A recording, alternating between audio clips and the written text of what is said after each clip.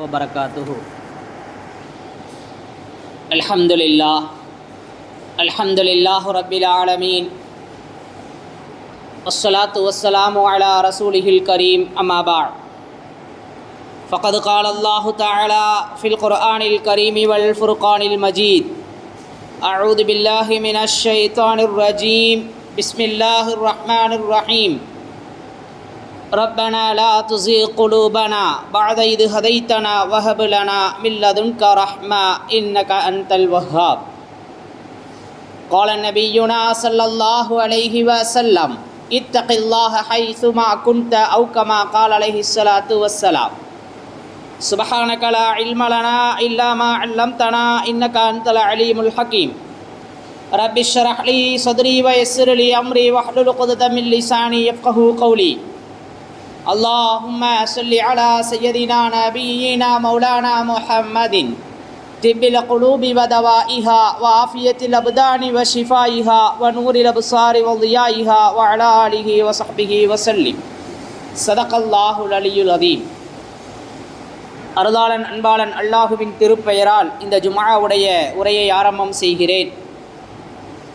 அன்பும் அருளும் ஆசியும் ஆதரவும் ஆருயிர் நாயகம் அன்னலம் பெருமானார் ஸல்லல்லாஹு அலைஹி வஸல்லம் அவர்களின் மீதும், அன்னாரின் வழி வாழ்ந்த வாழுகின்ற வாழப்போகின்ற குறிப்பாக இந்த ஜும்ஆவுடைய தினத்தை அலங்கரிக்கின்ற அத்துணை நல்லுள்ளங்களின் மீதும் உண்டாவதாக. பேரன்பிற்குரிய பேரருளாளனின் பேரருள் பெரும் கிருபை நம் அனைவர்களின் மீதும் என்றென்றும் நின்று நிலவட்டுமாகுக. அருளாளன் அன்பிற்குரியவன், நோய்களை நிவாரணம் அளிப்பவன், ஆரோக்கியமான ஆஃபியத்தான வாழ்வை எல்லா மக்களுக்கும் பரிசளிப்பானாக.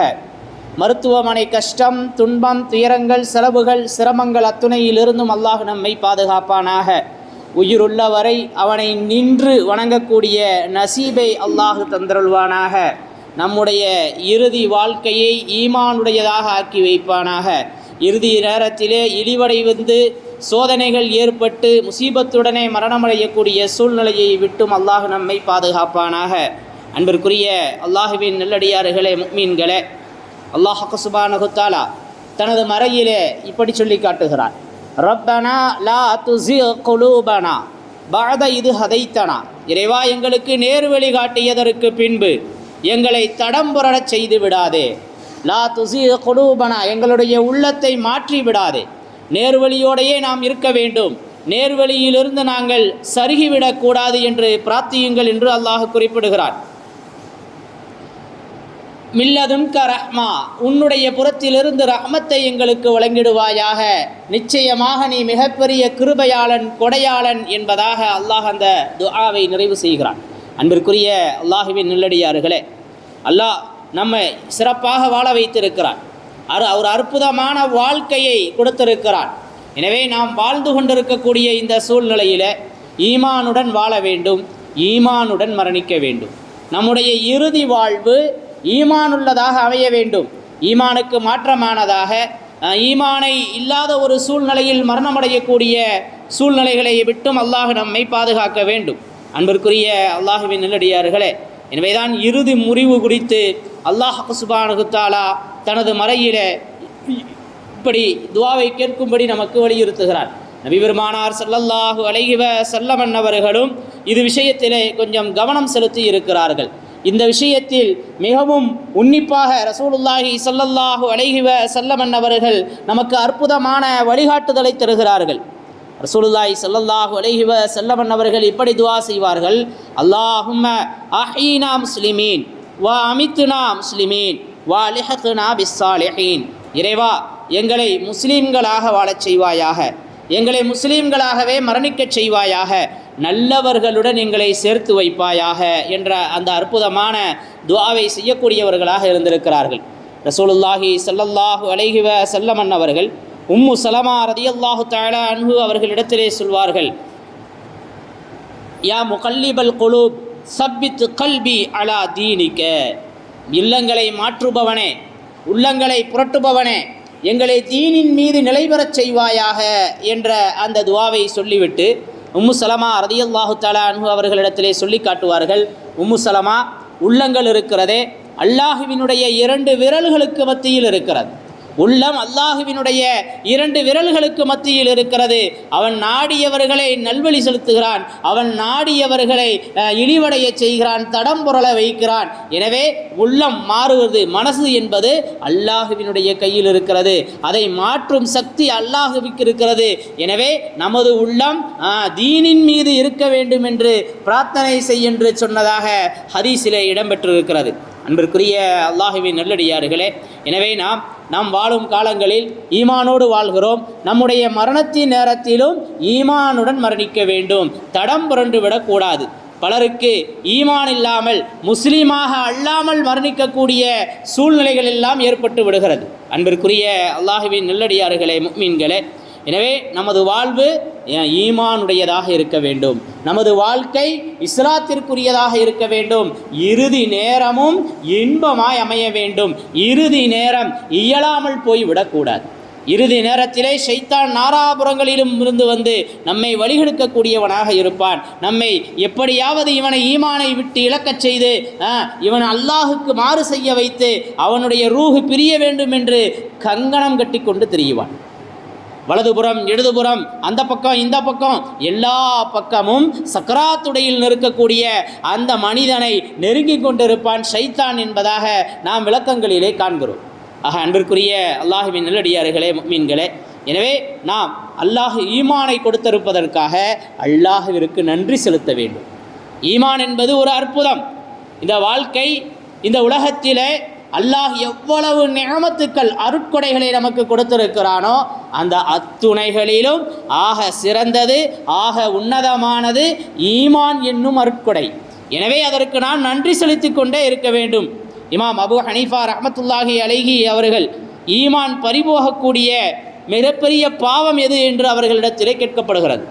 ஈமானை பறிக்கக்கூடிய பாவம் எது என்று இமாம் அபு ஹனீஃபா ரஹ்மத்துல்லாஹி அலைஹி அவர்களிடத்திலே வினவப்பட்ட போது தான் இறை நம்பிக்கை கொண்டிருந்தும் நன்றி செலுத்தாமல் இருப்பது என்பதாக சொல்லி காட்டினார்கள்.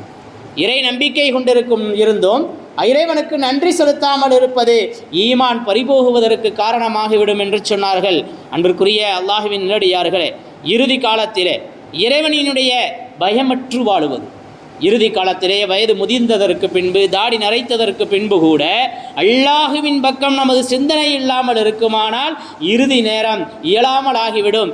இறுதி நேரம் அது மிகப்பெரிய துர்பாக்கிய சூழ்நிலையை ஏற்படுத்திவிடும்.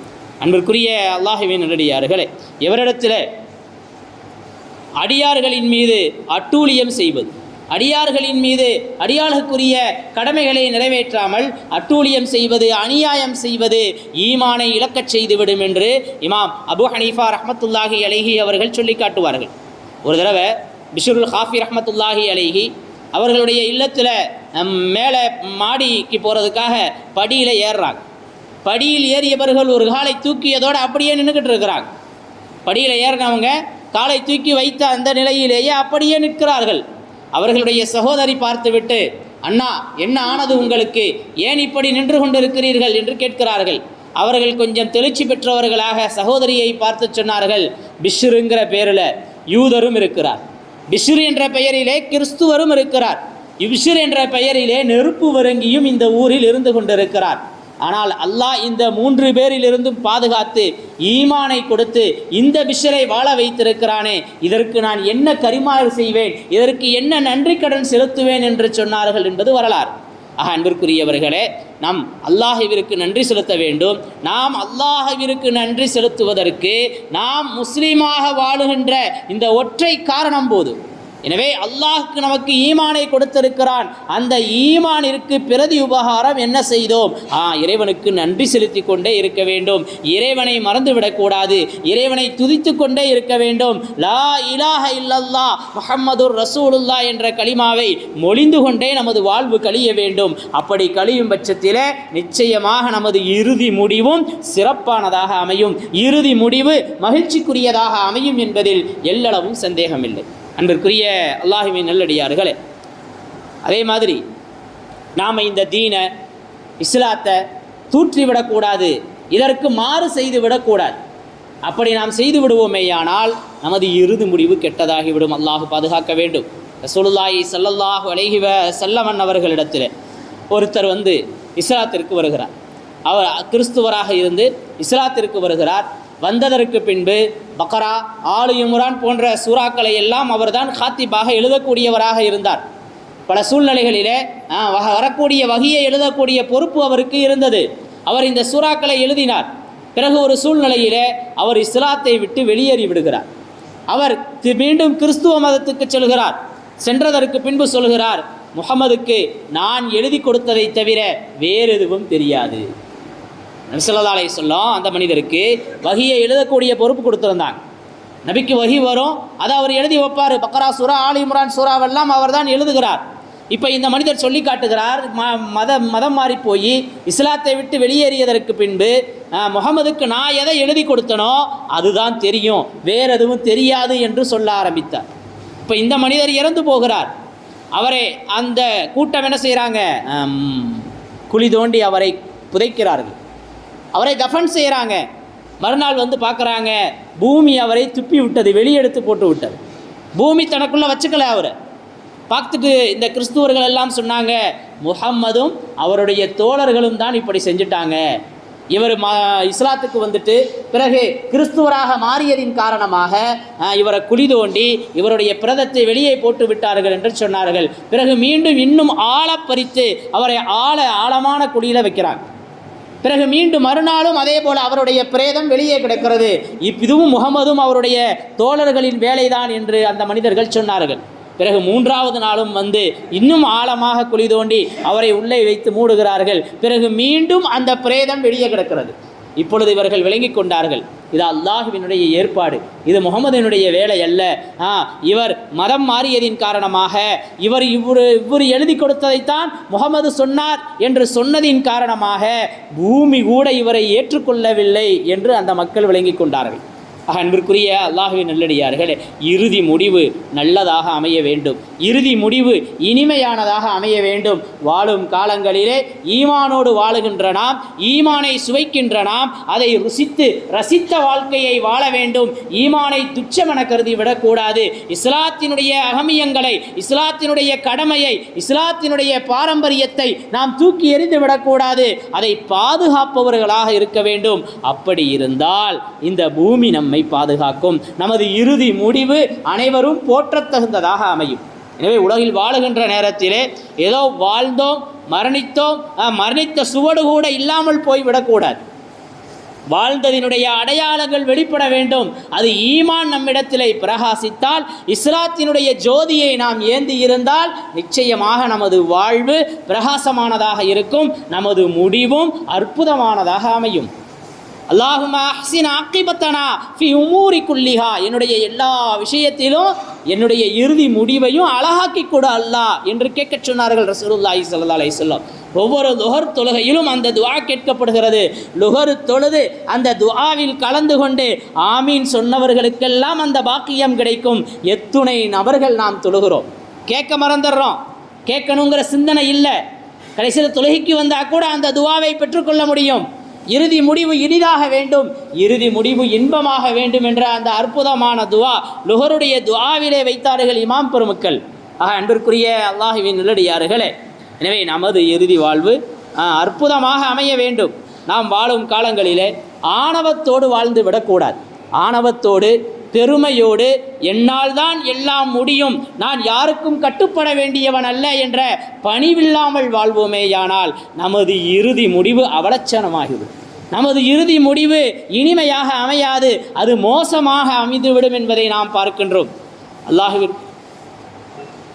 சுப்ஹானஹு வ தஆலா தனது மறையிலே சொல்லுவான், ரப்பனா குஃபிரு லனா, இறைவா எங்களுடைய பாவங்களை மன்னிப்பாயாக என்ற அந்த துஆவை சொல்லிவிட்டு ரசூலுல்லாஹி ஸல்லல்லாஹு அலைஹி வஸல்லம் அவர்கள் அற்புதமான ஒரு வழிகாட்டியாக இருந்தார்கள். பேரன்பிற்குரிய அல்லாஹ்வின் நல்லடியார்களே, எல்லா வகையிலேயுமே நாம் மோசம் போய்விடக்கூடாது, சோடை போய்விடக்கூடாது என்பதற்காக அற்புதமான வாழ்க்கையை வாழ்ந்து காட்டினார்கள். நாமும் வாழும் காலங்களிலே அந்த வாழ்க்கை வாழ வேண்டும் என்பதற்காகத்தான் இறுதி முடிவு இயலாமல் போய் இறுதி முடிவு கெட்டதாகிவிடக்கூடாது என்பதற்காகத்தான் பல பிரார்த்தனைகளை நமக்கு கற்றுத்தந்திருக்கிறார்கள்.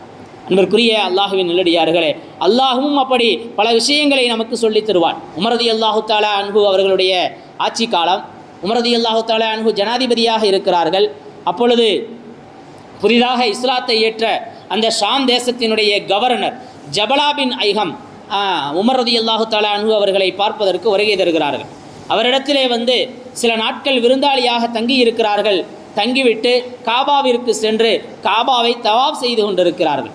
காபாவை தவாப் செய்து கொண்டிருக்கக்கூடிய இந்த சூழ்நிலையில் காபாவை தவாப் செய்கின்ற அந்த சூழ்நிலையில் ஒரு கிராமவாசியை, ஒரு விவரமில்லாத ஒரு மனிதரை தன் காலால் மிதித்து விடுகிறார். இந்த கிராமவாசி இந்த ஜபலாவை மிதித்து விடுகிறார். இப்போ இந்த ஜபலா கோபப்பட்டு, நான் ஒரு கவர்னர், புதிதாக இஸ்லாத்திற்கு வந்திருக்கிறேன், என்னையை இவர் மிதிச்சிட்டாரேன்னு சொல்லி அவரை அடித்து அவருக்கு ரொம்ப காயத்தை ஏற்படுத்தி விடுகிறார். இந்த தகவல் கலீஃபா உமர் ரலியல்லாஹு தஆலா அன்ஹு அவர்களுக்கு வருகிறது. உமர் ரலியல்லாஹு தஆலா அன்ஹு இந்த செய்திகளை எல்லாம் கேட்டுவிட்டு, நீங்கள் செய்தது அநீதம், எனவே அந்த கிராமவாசி அவர் உங்களை மன்னித்தால் அல்ஹம்துலில்லாஹ், அவர் மன்னிக்கவில்லை என்று சொன்னால், அவர் பழிக்கு பழி வாங்குவேன் என்று சொன்னால் தண்டனையை நிறைவேற்றித்தான் ஆக வேண்டும் என்று இந்த ஷாம் தேசத்து கவர்னருக்கு சொல்கிறார்கள் உமர் ரலியல்லாஹு தஆலா. இப்போ நான் ஒரு கவர்னர், நான் ஷாம் தேசத்தினுடைய கவர்னர், இஸ்லாத்திற்கு வந்திருக்கிறேன், என்னை நீங்கள் தண்டித்தால் நான் இஸ்லாத்தை விட்டு சென்று விடுவேன் என்று மிரட்டுகிறார் ஜபலா. இப்போ உமர் ரலியல்லாஹு தஆலா அன்ஹு, இஸ்லாத்தை விட்டு நீங்கள் சென்றாலும் பரவாயில்லை, ஆனால் நீதி தவறிவிடக்கூடாது, எனவே அவர் பழிக்கு பழி வாங்குவேன் என்று சொன்னால் உங்களுக்கு தண்டனை நிறைவேற்றப்படும் என்று சொல்கிறார்கள். அப்படியானால் நான் யோசித்து சொல்கிறேன் என்று சொல்லி அந்த ஜபலா அங்கிருந்து கிளம்பி விடுகிறார். நான் நாளைக்கு வந்து உங்களுக்கு பதில் சொல்கிறேன் அப்படின்னு சொல்லிட்டு போயிடுறார். போனவர் மீண்டும் கிறிஸ்துவ மதத்துக்கே போய்விடுகிறார். அவர் அதற்கு பின்பு மரண தண்டனை ஏற்பட்டு வஃபாத்தானார் என்பது வரலாறு. அன்பிற்குரிய அல்லாஹ்வின் நல்லடியார்களே, ஆணவத்தோடு செருக்கோடு நான் தான் பெரியவன் என்ற அந்த காரணத்தின் காரணமாக அவர் இத்தாஅத் ஷரியத்திற்கு கட்டுப்பட மறுத்தார். கலீஃபாவினுடைய சொல்லை ஏற்க மறுத்தார்.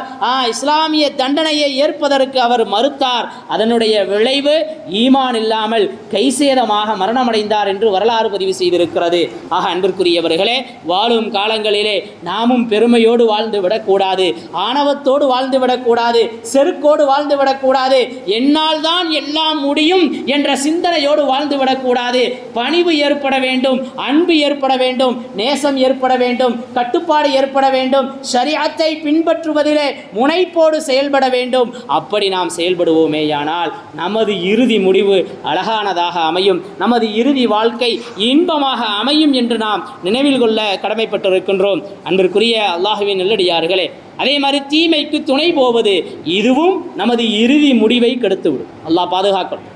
தீமையான விஷயங்களுக்கு நாம் துணை போவோமேயானால் நமது வாழ்வு நாசமாகிவிடும், நமது வாழ்வு நரகமாகிவிடும். அப்படிப்பட்ட சூழ்நிலைகளை விட்டும் அல்லாஹ் நம்மை பாதுகாக்க வேண்டும். அன்பிற்குரிய அல்லாஹ்வின் நல்லடியார்களே, மூசா அலைஹிஸ்ஸலாத்தினுடைய காலகட்டத்திலே பல்ஆம் இப்னு பஊரா என்கின்ற ஒரு மனிதர் வாழ்ந்து வந்தார். மிகப்பெரிய இறைநேசர், மிகப்பெரிய ஒரு நல்ல ஒரு மனிதர். அவர் தவம் இருந்தார். அவருடைய ஒரு அற்புதமான மனிதர். அல்லாஹ் அவர் கேட்குற துஆவை கபூல் செஞ்சிருவான், அப்படி ஒரு மனிதராக இருந்தார். மூசா அலைஹிஸ்ஸலாம் படையெடுத்து வந்திருக்கிறாங்க, நம்மையும் நம்ம ஊர்வாசிகளையும் அழிச்சிருவாங்க, எனவே நீங்கள் அல்லாஹுக்கு நெருக்கமானவங்களாக இருக்கிறீங்க, எனவே மூசாவுக்கு எதிராக நீங்கள் துஆ செய்யுங்க அப்படின்னு அந்த மக்கள்லாம் வந்து பல்ஆம் இப்னு பஊராட்ட கேட்குறாங்க. இப்போ அவர் சொன்னார், அவர் இறை தூதர், அவர் ஒரு தீர்க்கதரிசி மூசா, எனவே அவருக்கு எதிராக நான் துஆ செய்ய முடியாது என்று மறுக்கிறார். அவங்க பணிஞ்சு பேசி ரொம்ப குழஞ்சு சொல்லி அவருடைய இதுக்கு திசை திருப்பிடுறாங்க, மனமாற்றம் செய்து விடுகிறார்கள். இப்போ பல்ஆம் இப்னு பஊரா ஒரு மலை உச்சிக்கு போகிறாரு, அங்கே போய் துஆ செய்ய கையேந்துறாரு. மூசா அலைஹிஸ்ஸலாத்திற்கு எதிராக துஆ செய்யணும்னு நினச்சி தான் அவர் கையேந்துறாரு. அல்லாஹ் அவருடைய நாவை திருப்பி விட்டான். மூசாவுக்கு வெற்றியை கொடு அப்படின்னு கேட்டார், அவருக்கு எதிரான இந்த மக்களுக்கு அழிவை கொடுன்னு கேட்டார். அங்கிருந்த மக்களுக்கெல்லாம் ஆச்சரியமாகி விடுகிறது. பல்ஆம் இப்னு பஊரா, எப்படி துஆ கேட்டுக்கொண்டிருக்கிறீர்கள், என்ன சொல்லிவிட்டீர்கள், நாம் அழிய வேண்டும் என்று கேட்டுவிட்டீர்களே, என்னால் ஒன்றும் சொல்ல இயலாது, இது என்னை கொண்டு அல்ல, அல்லாஹுவை கொண்டு நடந்தது, அல்லாஹுவினுடைய கையில் ஒப்படைக்கப்பட்டு விட்டது இந்த துஆ, எனவே இதை நான் கேட்கவில்லை, அல்லாஹ் என் நாவில் விளையாண்டுட்டான், எனவே ஒன்றும் பண்ண முடியாதுன்னு சொல்லி, வேணும்னா நான் உங்களுக்கு ஒரு உதவி செய்கிறேன்னு சொல்லி அந்த பல்ஆம் இப்னு பஊரா அந்த ஊர்வாசிகளுக்கு ஒரு திசை திருப்புறார். அந்த மூசா அலைஹிஸ்ஸலாத்தினுடைய கூட்டத்தை திசை திருப்புவதற்காக ஒரு குறுக்கு வழியை உங்களுக்கு நான் தேர்ந்தெடுத்து தர்றேன்னு சொல்லி ஒரு அழகான பெண்ணை நீங்கள் அந்த கூட்டத்தில் அனுப்புங்க, அவங்க அதை பார்த்து அவர்களுடைய சிந்தனை எல்லாம் கெட்டு போய் தப்பு செஞ்சிருவாங்க, அதனால் அவங்க துவா கபலாகாமல் போயிடும், அவங்களுக்கு வெற்றி கிடைக்காம போயிடும் அப்படின்னு இந்த பலஅம் இப்னு பஅூரா ஊர்வாசிகளுக்கு தோதுவாக மாறிக்கொள்கிறார். அல்லாஹ் அவரையும் ஈமானிலிருந்து இழக்கச் செய்து அவருடைய முடிவையும் கெட்டதாக்கினான் என்பது வரலாறு. அன்பிற்குரிய அல்லாஹ்வின் நல்லடியார்களே, எனவே தீமை என்று தெரிந்தும் அதற்கு நாம் துணை போவோமேயானால் நமது இறுதி வாழ்க்கை பாழாகிவிடும். நமக்கு தெரியாது. இன்னைக்கு நாம் தீமைக்கு துணை போய் வெற்றி கண்டு அதில் குட்டி போட்டு உயர்ந்த இடத்திற்கு சென்று விட்டோம் என்று நினைப்போம். ஆனால் தீமைக்கு துணை போனதின் காரணமாக, தீமைக்கு உறுதுணையாக இருந்ததின் காரணமாக நமது இறுதி வாழ்வை அல்லாஹ் அழித்து விடுவான். ஈமான் இல்லாமல் மரணிக்கக்கூடிய சூழ்நிலை ஏற்பட்டுவிடும். அன்பிற்குரிய அல்லாஹ்வின் நல்லடியார்களே, ரசூலுல்லாஹி ஸல்லல்லாஹு அலைஹி வஸல்லம் அவர்களுடைய மரணத்தின் நேரத்திலே சக்கராத்தினுடைய வேதனையை அனுபவித்தார்கள். ரொம்ப சிரமப்பட்டாங்க. இன்றைக்கி சர்வசாதாரணமாக நாம் சொல்லுவோம், ஒருத்தர் சக்கராத்துடைய வேதனையை அனுபவிச்சாருன்னு சொன்னால் என்ன பாவம் செஞ்சானோ தெரியல, இவ்வளவு நசுங்கி இவ்வளவு அழுந்தி மௌத்தா போயிட்டாரு அப்படின்னு. அப்படியெல்லாம் அல்ல. அவருடைய பாவங்களை மன்னிப்பதற்கு அல்லாஹுடைய ஏற்பாடு. அதே நேரத்திலே சக்கராத்துடைய வேதனை என்பது எல்லோருக்கும் பொதுவானது.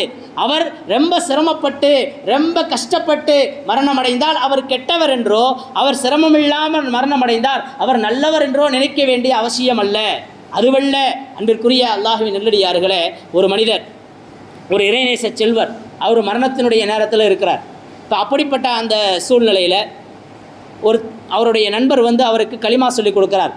லா இலாஹ இல்லல்லாஹ் சொல்லுங்கன்னு. அவர் முகத்தை திருப்பிக் கொள்கிறார். இன்னும் பிறகு திரும்பிக்கிட்டு சொல்கிறாரு, முகத்தை சுழித்து கொண்டு அவர் இந்த பக்கம் திரும்பிக் கொள்கிறார்.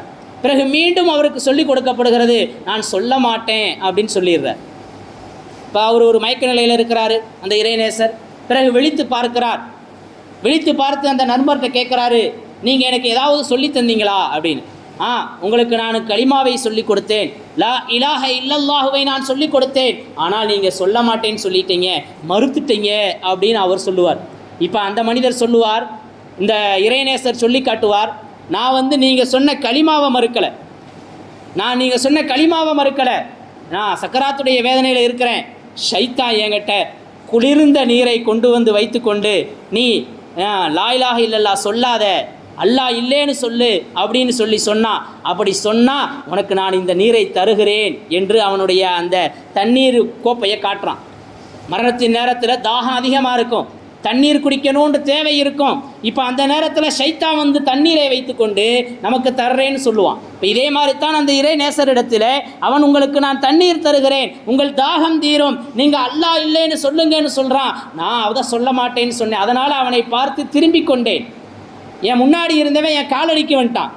பிறகு மீண்டும் அவன் அப்படி சொன்னான், நான் சொல்ல முடியாதுன்ட்டேன், அதனால தான் நான் திரும்பிக்கிட்டேன். நீங்கள் சொன்ன லா இலாஹ இல்லல்லாஹுக்கு நான் அப்படி சொல்லலை.